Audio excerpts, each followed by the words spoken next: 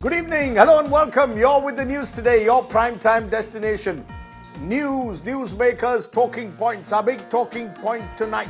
We have an exclusive interview with the former Chief Justice of India, B.R. Gavai, a day after he demitted office. His first big interview. He speaks on a variety of subjects. That big interview is coming up in a moment. Also on the show tonight, Modi at the Ayodhya Dhwaj, the Prime Minister once again says, end the Macaulay mindset. What does he mean? And the Indian harassed by China speaks out. I am a proud Arunachali and an Indian, not a Chinese. That interview coming up tonight. But first, as always, it's time for the 9 headlines at 9. Prime Minister Narendra Modi hosts the Dharm Dhwaj atop the Ram Mandir, which marks the end of its construction in Ayodhya, reiterates it's time to end the Macaulay mindset. Bengal Chief Minister Mamata Banerjee doubles down against the Election Commission over SIR, takes out a protest march, dares BJP, says if you attack me, I'll shake foundation across India. BJP claims the West Bengal Chief Minister is threatening anarchy. In an exclusive interview with India Today, former Chief Justice of India, B.R. Gavai, says free speech cannot be absolute, calls Parliament to bring laws against hate speech, speaks out also against the shoe attack against him, says he was not fazed, he is not anti-Hindu. China denies harassment charges against an Indian woman at Shanghai airport, claims immigration officials followed law, says Arunachal illegally set up by India. India hits back, says China must apologize. More DK Shivkumar loyalists flock to Delhi to meet the party's top brass. Chief Minister Siddaramaiah asked the Congress leadership at the centre to intervene. Sources say High Command is still not willing to take a call. Assam's Chief Minister's big remark on late singer Zubeen Garg, claims he was murdered. Congress MP Gaurav Gogoi slams Hemanta Biswa Sarma, asks him to reveal the motive of murder as well, instead of engaging in speculation. No respite to Delhiites from toxic air. Volcanic ash impacts several flights in India. Civil Aviation Ministry says flight operations normal, only limited precautionary rerouting. Afghanistan claims 9 children killed after Pakistan strikes in the Khost province. Pakistan rejects the claim, says didn't carry out any such operations inside Afghanistan. And just weeks after the Asia Cup tangle, India and Pakistan are slotted once again in the same group in next year's 2026 T20 World Cup. Both teams will square off on the 15th of February in Sri Lanka's Colombo.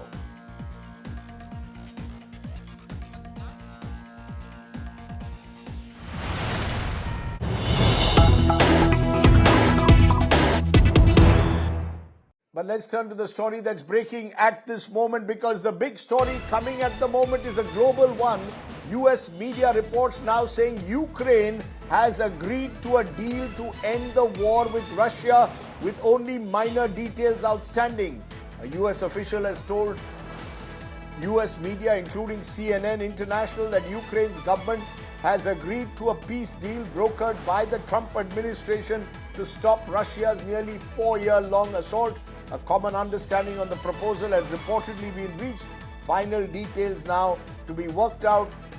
The Russian Foreign Minister Sergei Lavrov says Russia waiting for the interim version of the US peace plan. I'm joined by Rohit Sharma, a man in Washington. Rohit, how are you seeing this? Is it possible now that we could have a peace deal before Christmas?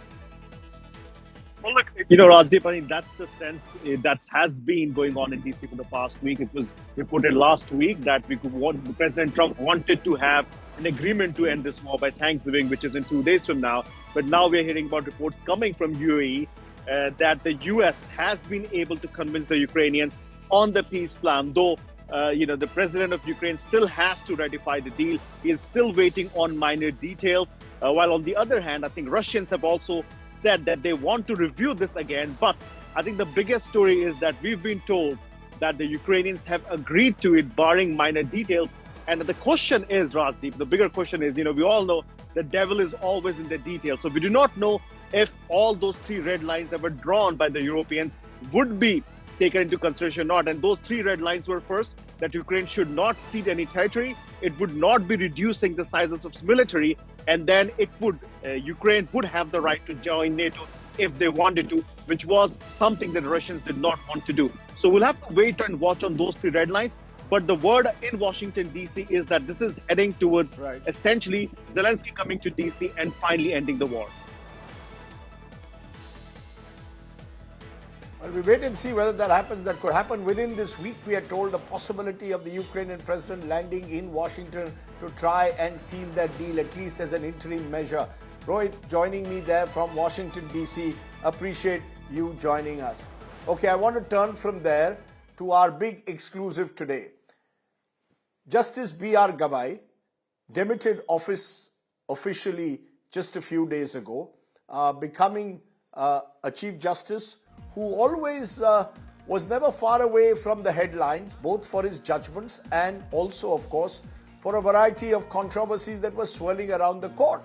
Today, in an exclusive interview with me and my colleague Anisha Mathur, Mr. Gavai said the rule of law must prevail over the rule of bulldozer, a claim that he has made in the past, but he insisted bulldozer justice has no place. He also made it clear bail, not jail, must remain the principle even in prevention of money laundering cases. No one from the government ever called him on transfers or appointments amidst controversies over the manner in which junior judges have been elevated to the Supreme Court. The Collegium system of appointments he maintains was best suited for the current scenario. He says Parliament can find a mechanism to speed up impeachment in the context of cases of judicial corruption. He also maintained that the shoe attack had not affected him. Remember, a shoe was thrown at him in the court. He maintained, I am not anti-Hindu. I hold all religions in the highest esteem. But he did say that Parliament should legislate to curb hate speech.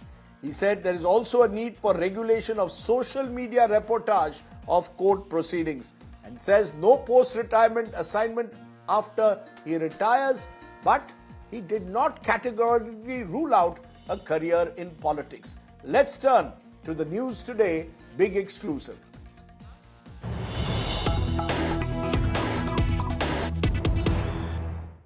Hello and welcome to this India Today special, where today my colleague Anisha Mathur, who tracks the Supreme Court, and me are joined by a very special guest, the just retired Chief Justice of India, Justice B.R. Gavai. Thank you very much, Justice Gavai, for joining us. Thank you, Rajdeep. Thank you, Anisha. 22 years on the bench and you finally retired. Do you feel a little lost that you no longer will be on the bench, or are you relaxed with no withdrawal symptoms? Absolutely relaxed. You know when you are going to retire long back. And as I said on a Thursday evening at a Skora function, that I was already relaxed because the last of the judgments which I had to deliver, and two important judgments, one on a presidential reference and one regard to protection of Aravalis, I had pronounced them in different combinations on Thursday afternoon. And after that I was fully relaxed. And as days have gone by, Friday, Saturday, Sunday, Monday, I'm feeling more and more You're relaxed. not missing it. No, I'm not. You're not missing being on the bench. Yeah. The fact is, Justice Gavai, you had a very short term as Chief Justice, about just over 6 months. And many believe that is too little a time to bring in major institutional reforms. However, there are those who say that could Justice Gavai have done more to protect judicial independence and rolled back or pushed back against what is seen as a very dominating political executive? How do you respond to those who say that judicial independence now is being increasingly compromised? I totally disagree with that narrative. The Indian judiciary is strong, independent, and the allegation that we are not that strong or independent is totally without any basis. Can I give you two examples before? I will just give you an example. Yeah, please go ahead. On a day, 2 days prior to my retirement, I set aside the enactment with regard to the service conditions of the tribunals. The matter was pending for long, and I have clearly held in that judgment that independence of judiciary is one of the important facets of the basic structure of the Constitution. I have also held that the certain provisions in that act were tinkering with the independence of the tribunal members, and the tribunals were also an important part of the judiciary, and I set aside certain provisions of the enactment. See, I always believe that the Constitution is supreme. You might have heard about the debates going on before some period of a year back or 1.5 years back. One of the constitutional functionaries, I don't want to name, used to say that the parliament is supreme and not the judiciary. And I, on a public platform, had on more than one occasion said that neither the judiciary nor the parliament are supreme. What is supreme is the Constitution. You're referring to former Vice President I don't want to. I don't okay, want so to you're saying Constitution is supreme, not the Parliament. Yes, and under the Constitution, the areas have been earmarked for all the three wings: the Parliament, the Legislature, Parliament, that's the Legislature, the Executive, and the Judiciary. And as the judges, we are only empowered to interpret the Constitution. But what happens today if a governor continues to sit on bills even today, drawing on your advisory opinion? Have you read our operative part? You've said that... I have have clearly held that the governor has to choose between three options. Yes. And if he doesn't exercise any of the options and sits endlessly over the bill, the limited power of judicial review is always available to the constitutional courts of the country. So you believe that limited power of the judicial review is still there even to look at governor's actions, and therefore you're saying it is not as if you've given a license to governors? Absolutely no. There's no license to governors to sit endlessly on bills. Yeah, but at the same time, we can't take over the functions of the parliament and the legislature upon ourselves. Okay, let me give you another example. Bulldozer justice. Many believe that was one of the most important judgments you passed, in fact, before you became Chief Justice last year, where you said very clearly that rule of law prevails over rule of the bulldozer. That if someone bulldozes someone's house without following due process, that's a transgression of the law. What happens, sir, since we've had several states, Uttar Pradesh, Uttarakhand, Madhya Pradesh, where contempt petitions have been filed because there are bulldozers still operating. You did not even hear them. Is it because you didn't want to tangle with the executive on even the critical issue of bulldozer justice? It's totally wrong. I always said in my speeches, the farewell speech also, that bulldozer justice judgment, popularly known as regarding demolition of structures, is very close to my heart. I always believe that rule of law is supreme, and no executive can take over the functions of the judiciary. So why didn't you then hear the contempt? Can you permit me to answer? Yeah, sure, sir. If you go through my record of last 6 years, I have hardly taken any holidays.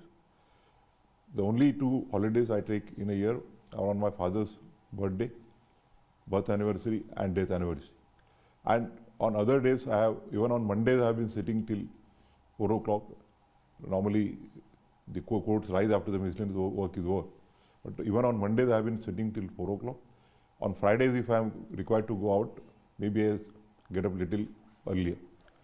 And in that period of time, whatever priorities were before me, I tried to note out that the contempt petitions were filed, and I also already issued notices. I also, while issuing notices, we had passed an order in strong terms. Unfortunately, those matters could not come because there were other pressing matters. I had to decide that if you go through my record of last couple of years, I have delivered so many judgments with regard to bringing reforms. So before Anisha steps in, we are very clear that you... And on environment also. On environment, I must that is where I would like to step in as a follow-up to this question. The perception is that the orders are passed, but then there is no follow-up, then there is no implementation, and the courts are not doing enough to ensure that their own orders are passed. When it comes to the bulldozer justice issue, when it comes to air pollution, when it comes to even the environment matters, directions are passed and very, very good directions are passed, but the executive is simply not implementing. Could the court not do more? As you said, you've issued notices in some of the bulldozer justice matters, but then they have just simply not been heard. So therefore, I knew that this difficulty would arise. Therefore, we had in our judgment itself said that if there is any violation of any of the directions of this court, the High Court should be more appropriate to be approached, because in the High Court, they would know area-specific issues. Unfortunately, the Supreme Court, you know, it's burdened with such a huge pendency. And whenever and we have to prioritize the matters as they are mentioned before the court. And judges are also human beings, they can't work beyond their capacity. But does this show also the limitations of the judiciary? For example, on crackers, you all lifted the ban and said green crackers will be allowed, but with certain limitations and restrictions. What we saw in the end was many of those guidelines were not being followed on the ground when it came to actual green crackers, or even the timeline that you had said within which people can burst crackers. And now we are seeing the increasing levels of pollution even in the national capital. I'm just wondering, judges pass the judgments, the implementation, the follow-ups, as Anisha put it, what happens to that? Does this in a way reveal the limitations of the judiciary? You pass such a strong order on bulldozers, eventually the bulldozing continues in several states. Again, the limitations of the judiciary. Do you get a sense that that you are almost powerless to stop this? No. See, there are inherent limitations. Whatever orders are passed by us, they have to be implemented by the executive. Whenever it is noticed that they are not being implemented, we do take a very serious view of the matter. But the Supreme Court doesn't have a machinery to ensure that its orders are given effect. You are talking about this year's firecracker order. Yes. In the last year, there was a complete ban. Yes. I am living in Luton zone. Not only on Diwali day, but days prior to Diwali day, days after Diwali days, we used to listen crackers' voices, noise crackers.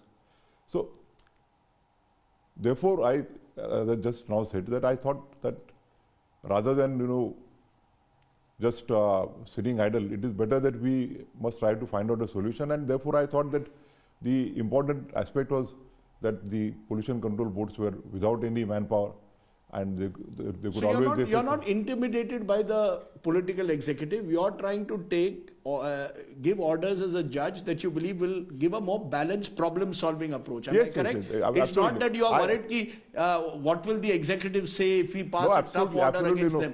Because the general feeling is over the last few years, courts are looking over their shoulder. What does government want? Whether it's on Article 370, whether it's on Ayodhya, what does the government want? It's a totally wrong perception, as on the very first day that I took oath as a judge of the Supreme Court, and even after the oath I took as the CJI, I had made it clear that I don't want anything from the government. I am not going to accept any post-retirement assignment. So therefore, there is no question of deciding the matters to the liking of the executive also. One of the very first orders after I started presiding the bench was with regard to director of ED, Enforcement Directorate, yes, who was tried to be continued even after the decision of this court, to which I was party as a junior judge. And in the unequivocal terms, we thought we have said that this was not permissible for the government, and we set aside that extension of the tenure while upholding the enactment. And you see, I don't want to name the matters wherein I have decided which nobody would say that it was to the liking of the government. One matter wherein we were sitting at 9:30, we were in a function with regard to an Arangitram of one of our colleagues. The then Chief Justice asked me whether I can sit at 9:30. So me and two of my colleagues, I would again want to name them because they are still in the office. One of them has retired, Justice Bopanna. And we sit at 9:30, we heard the matter till 10:30. I even referred to in my ceremonial bench that the learned Solicitor General was fully armed to oppose that bill. And we severely criticized the conduct of the High Court judge, who had even refused to give her 48 hours protection in spite of there being an interim bail granted by this court. Right. Then there are many other matters with regard to politicians. wherein to the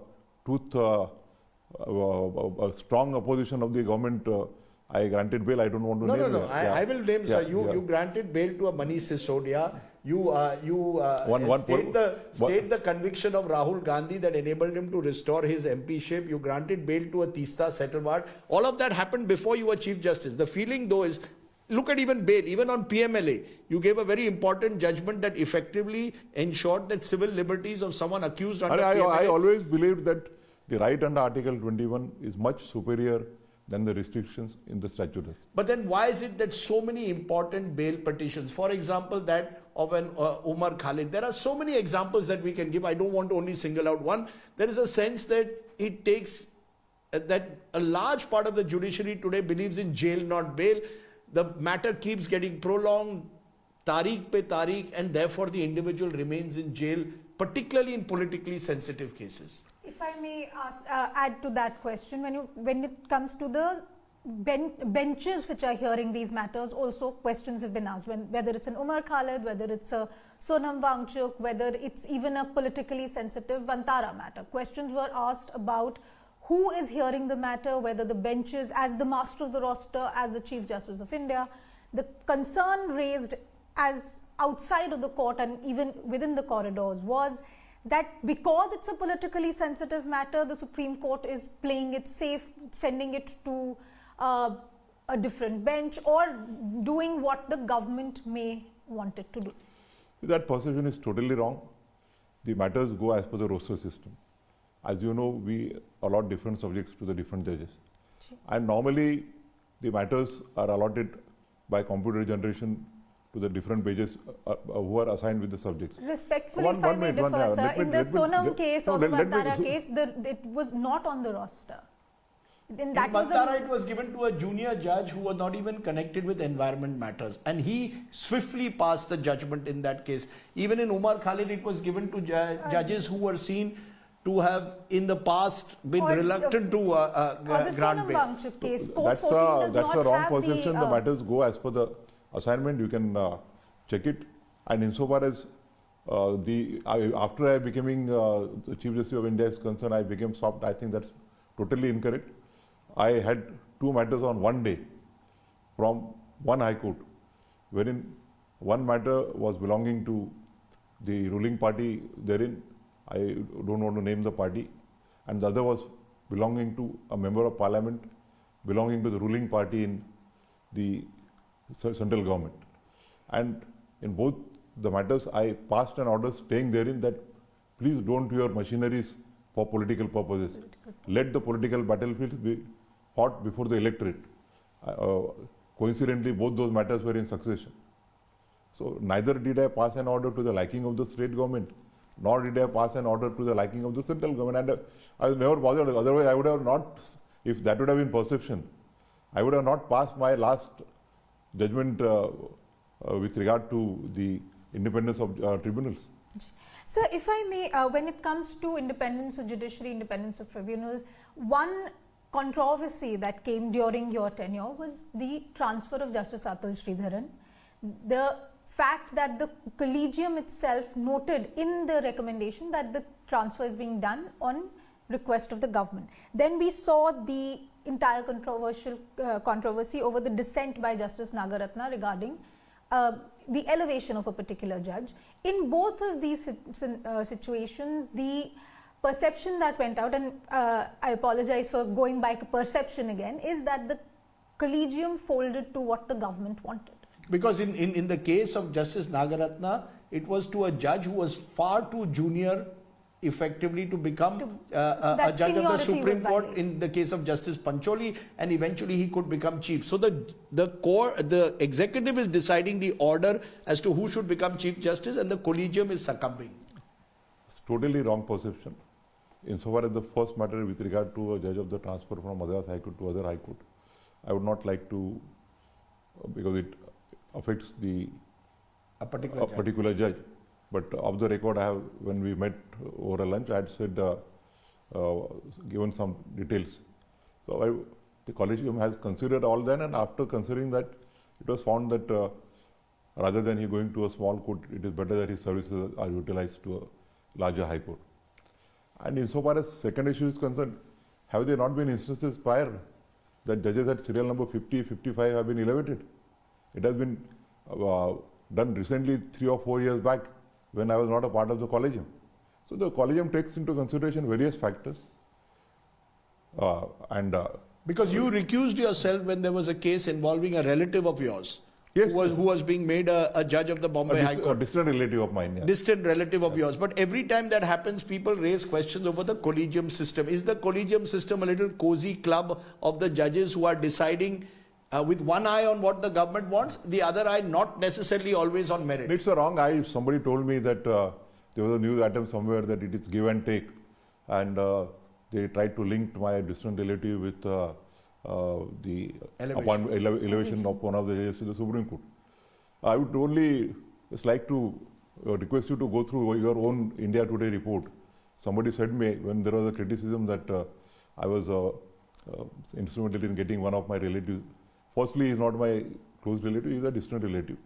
And merely because a particular candidate is a related to judge, can it be a disqualification? If he is otherwise competent, maybe then if when you consider his competence, you might put a little more stringent conditions as compared to the others.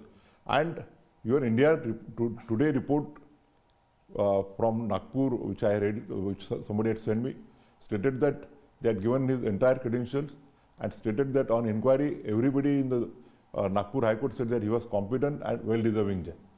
And insofar as I am concerned, I recuse myself. I was not a part of the interaction with him, not a part of the decision.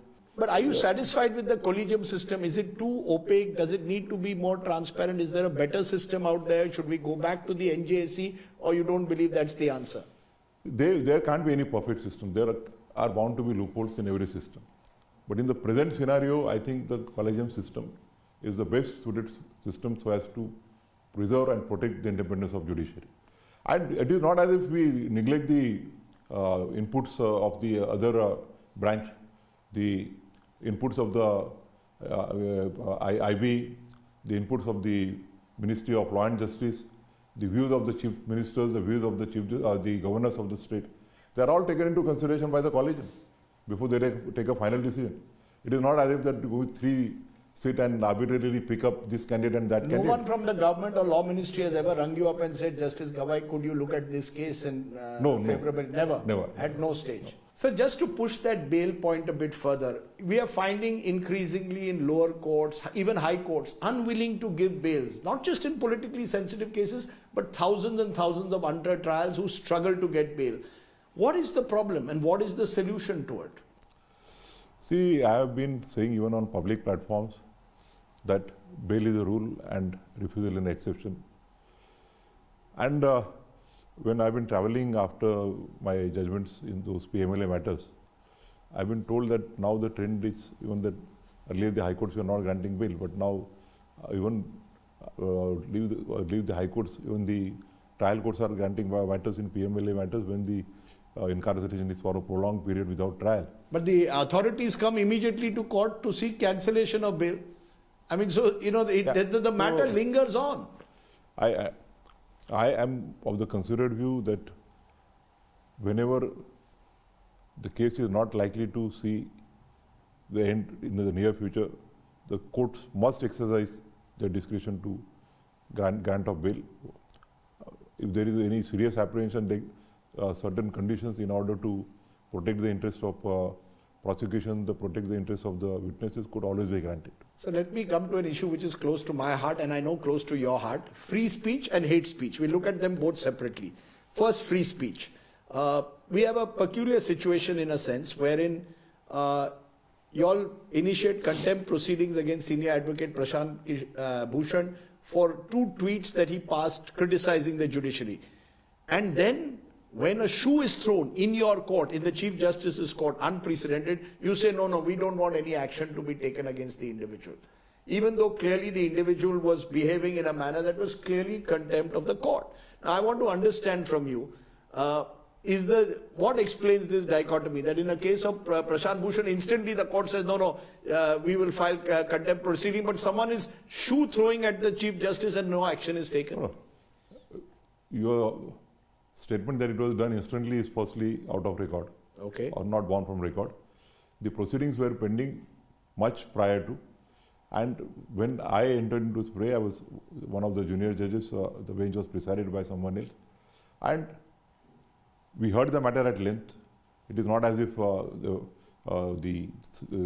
matter was decided without hearing him. In fact, we had also heard one of the very respected members of the bar, Mr. Shanti Bhushan, who had also argued that matter. And after hearing the matter, we found that there was no remorse in making certain very serious, unsubstantiated allegations against the judges. And therefore, we held guilty, but while holding guilty, we did not even impose a sentence of 1 day. But at the same time, when it came to the shoe throwing incident, you said, I don't want it to go, the matter is over, I don't want it to go further. Many believed that this was a sign that you were you didn't want to get into a confrontation, dare I say, with the social media army. This social media army, right-wing social media army, was very critical of you because of certain observations you made in a case involving a Vishnu idol.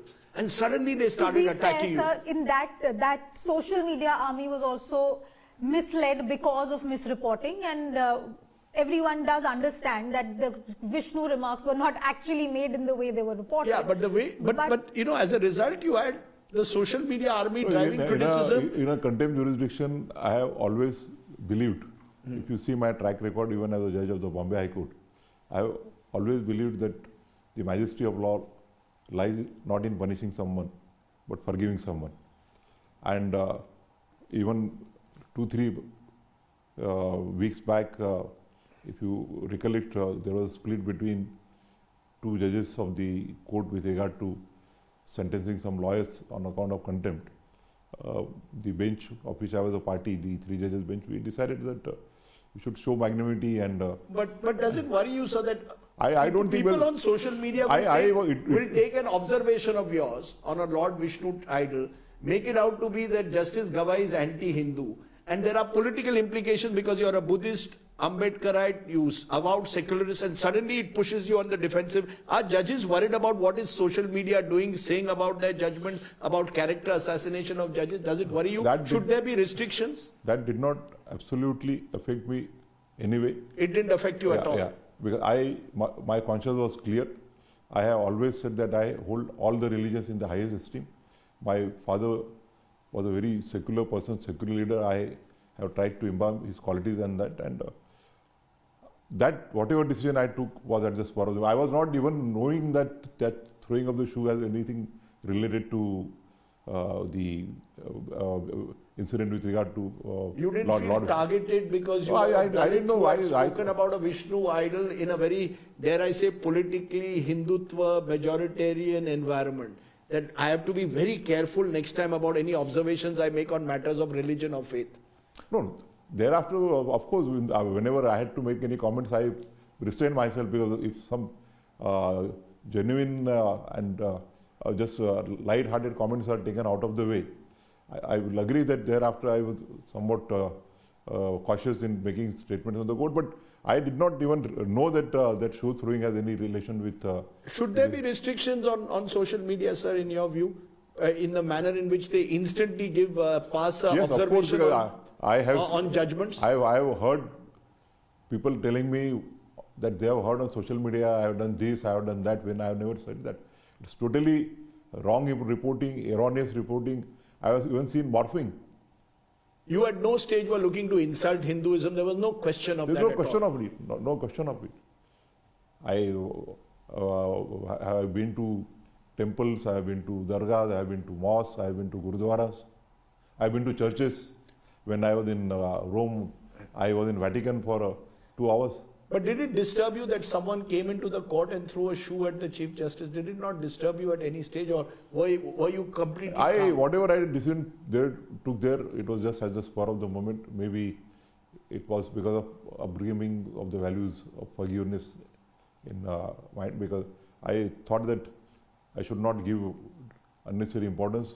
So I started continuing with the proceedings, and then when the lunch recess, I was asked what to be done. So I told the registry, let him go up you return his shoe also so that he doesn't have to Sir, walk the bar barefooted. clearly didn't agree with the decision that you've taken. The bar then moved a petition. There is now your successor, Chief Justice, in fact, has said that there will be now certain guidelines, as Rajdeep has also been saying.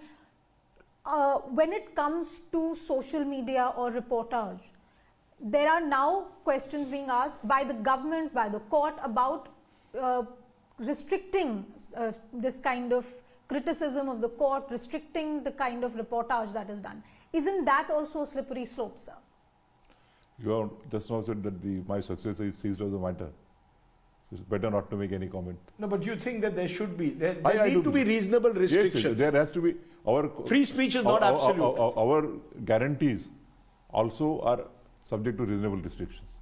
You might be aware that one of the first constitutional amendments in 1951 was necessitated because the Supreme Court had interpreted the right to free speech to such an extent that unless you say something of waging a war against the country, and therefore various reasonable restrictions were imposed by the first amendment to the Constitution in 1951. Yeah, which is of course a very contentious issue at the time. Jawaharlal Nehru also went through a lot of criticism, but it brings us to hate speech. That brings us actually to our next question, which is hate speech, and since you mentioned the waging war question, the sedition question.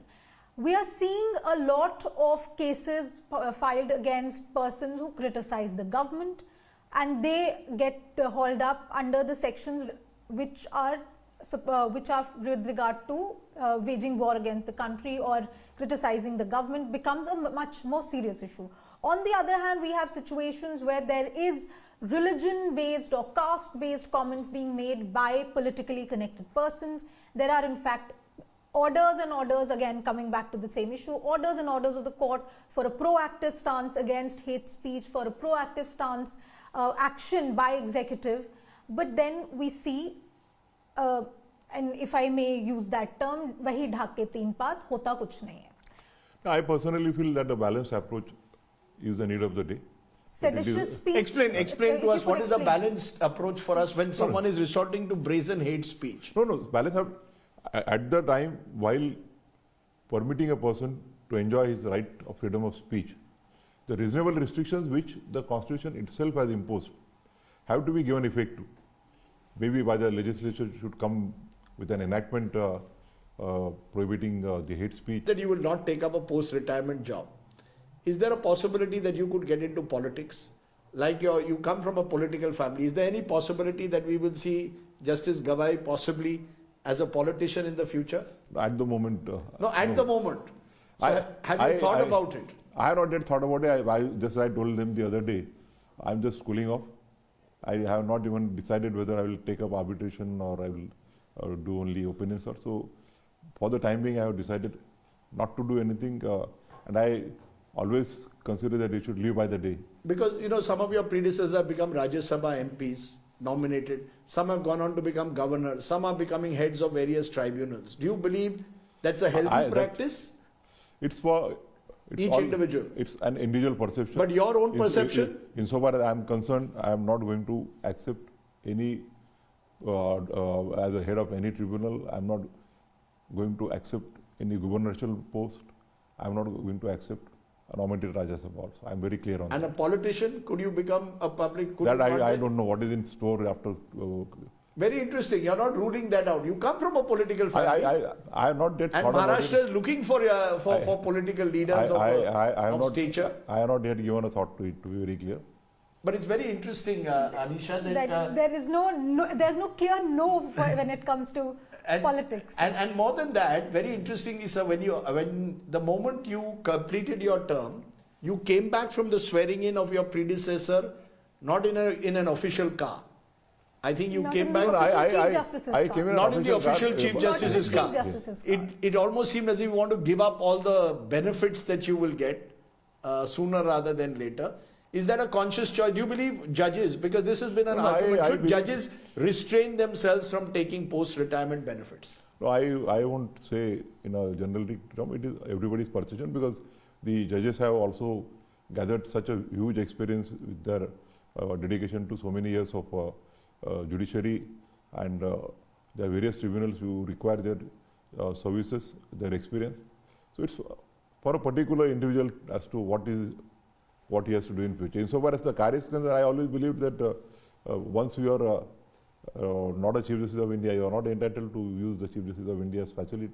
Okay. And the Chief Justice of India should go to the Supreme Court in the CJI's car. So what next for you? Have you thought about it at all? What next in life? For the moment, just relaxing. How does Justice Gavai relax? What is your way of relaxing? No, I have now increased my time for exercises and then spending time with family, friends. Okay, good. Justice Gavai, you've answered a lot of our questions and you've avoided some of our and you've questions. avoided some which you have every right to do. But I'm glad that you've spoken out so candidly. It's easier to do it once you've retired. But you have gone through a very important period in our judiciary and therefore given us a glimpse of the challenges that lie ahead being a judge in this country. Not easy being a judge today in this social media age. But thank you very much, therefore, for joining us. Thanks, Anisha. And that was Justice B.R. Gavai, the former Chief Justice of India now, who has not ruled out what happens next, including potentially, who knows, a career in public life in some form. With Anisha Mathur, Rajdeep Sardesai for India Today. Thanks for watching us. Thank you. Thank you so much, sir.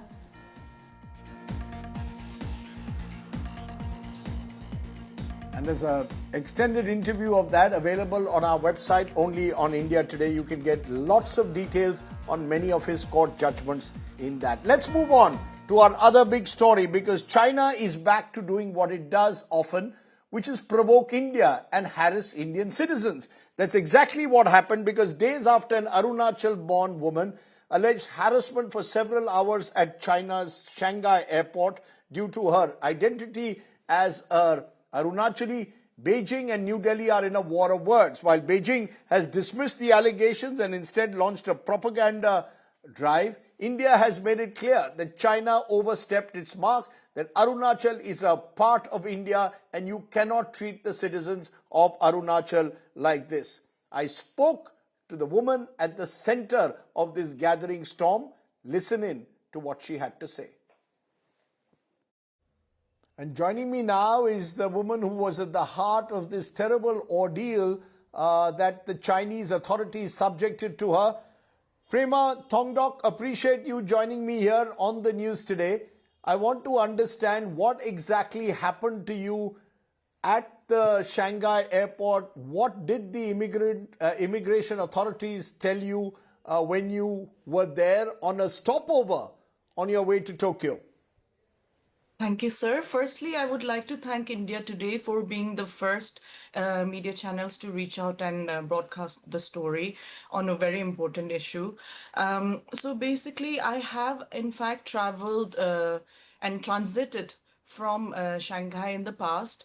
And this was my second time transiting, and it seems like more of a pick and choose and harassment issue here, because the first time that I was transiting via China, I did call up the Chinese embassy in London, and they confirmed that as long as your transit is less than, say, 12 to 24 hours, you are able to transit. There was no issue whatsoever on holding an Indian passport. So I basically was traveling on holiday between London Gatwick to Japan with a transit in Shanghai. The first instance that when I did travel was on 16th of October 2024, and I did transit very easily with no questions asked whatsoever. However, this time, basically, the immigration officer came to single me out of the queue while I was queuing up for the security check-in, and basically took my passport from me, from my possession, and said, when I did continue to ask, what is the issue? I have a connecting flight. Why are you singling me out and taking me out of the queue? She went on to say, Arunachal is not part of India, that it's part of China, and that my Indian passport was an invalid document for travel. He said very clearly that Arunachal is not part of India, it's part of China. Exactly. because the Chinese authorities have interestingly claimed that they carried out checks, procedures in accordance with laws and regulations. You are telling me you've transited through the same journey, but you were never subject to this kind of harassment as you went. How did you respond when they told you this, and were they not even allowing you to move out? Definitely not able to move around except between where I was seated to the toilets really, and they wouldn't even let me have access to food or go to the terminals. I had to sit there just in front of the China Eastern Airline transfer desk, and right next to them was a smaller immigration desk, both of which officials would just kind of, when I go to the airline, they say speak to the immigration. When they speak to the immigration, they say go to the airline. They kept basically, transferring me from one desk to the other and not giving a definitive answer. Of course, there is no law or written document that they produce to show and to tell me why they are holding me back, how they can claim an Indian passport to be invalid, but they simply said Arunachal, pointing at my passport saying you're born in Arunachal. This is not part of India, it's part of China. One of the officials, while taking me from the initial immigration desk to the place next to the transfer desk, during the shuttle where basically she was escorting me from one part of the airport to the other, even went on to say, why don't you apply for a Chinese passport? If you really want to leave the country, you should apply for a Chinese passport because you are Chinese. Arunachal is part of China. Which obviously was a very confusing and a very How did you I would how say did you outrageous. how did you respond to them? How mean, did I you said that is respond to this kind of absolutely not outrageous true. statements that were being made by the Chinese? Exactly. I mean, I don't speak C of Chinese. I don't have land, voting, property rights in China. I've never had public access to public funds in China. I've always been a proud Indian citizen and will continue to be so. I've never heard of the concept of Arunachal Pradesh ever being part of China. And funnily enough, when I saw the interview from the Chinese government this evening, where they stated that Arunachal is in fact an illegal, they called Arunachal an illegal setup by India, which further confirms that the detention and the treatment of with malice is validated by the statement that they agreed that Arunachal is part of China and not India. It's interesting because the Chinese have made it a practice to issue stapled visas to Indian nationals from Arunachal, which has also, of course, caused considerable disquiet. India has, of course, objected to this. But you're saying you are only in transit. You are not planning to travel through China. And as you said earlier, you've done this on numerous occasions. It almost seems as if for some reason you were being singled out. You're someone who's done a PhD, or you've graduated, with a BA in economics and a MSc degree in international business from the United Kingdom. So clearly you have a very impressive CV. Did they not recognize any of that you've been traveling, you've done this journey in the past, and you've never had to experience this? This was the first time you've been subject to this kind of harassment. Exactly. I mean, I have, studied economics honors from Sri Ram College of Commerce in Delhi University, went on for my further studies in masters in the UK, then actually pursued as part of my continuous, career development, a second master's in accounting as well, while working Right. for the financial services in London. And in fact, my job itself is regulations. So I work advising my billion-dollar clients in the financial services about regulations and the potential regulations which keep them in the law. So obviously, things like this is very disturbing that they just come up with claims over my And birthplace and call it. yeah, part of China. And I'm told that you eventually managed to get in touch with the Indian consulate in Shanghai through your friends. 6 officials from there arrived at the airport within an hour, brought you food. So it required Yes. intervention, I'm presuming, therefore, by those consulate officers before you were finally allowed to get away. Am I correct? To be freed? Correct. I mean, they did say to me either go back to your country or go back to UK. Now, after a 12-hour flight, being held up with no written law or ground on claims, basically, and not actually laws of the land uh, for 18 hours or so, it was impossible for me to have the physical capacity to be able. I was actually quite nauseous by the time the Indian government, the officials came. Because I did not have access to food. Right. They wouldn't let me go to the terminals No to buy food? food. No, No food? absolutely nothing from the airline, nothing. They actually provided a little dry biscuit, which I gave to another elderly who was also in some situation, but he was held up for many Right. hours. So I offered the food to another fellow passenger. So I mean, it wasn't food; can I it was dry biscuit. can I ask you therefore?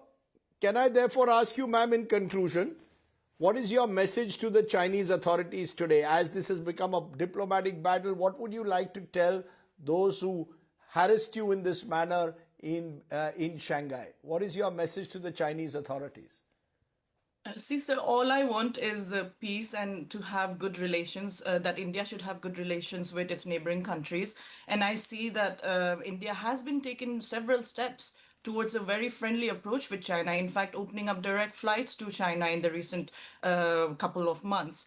And it seems quite two-faced that on the front you are shaking hands with us, and in the backlog you are holding up and harassing Indian citizens, especially citizens who don't actually work for the government, don't have any influence or a platform to be able to influence or change the geopolitical boundaries, and simply put, this is such a big and diplomatic issue which they should handle with the authorities of India, and not harass a commoner, a citizen who absolutely does not have any hand in moving borders.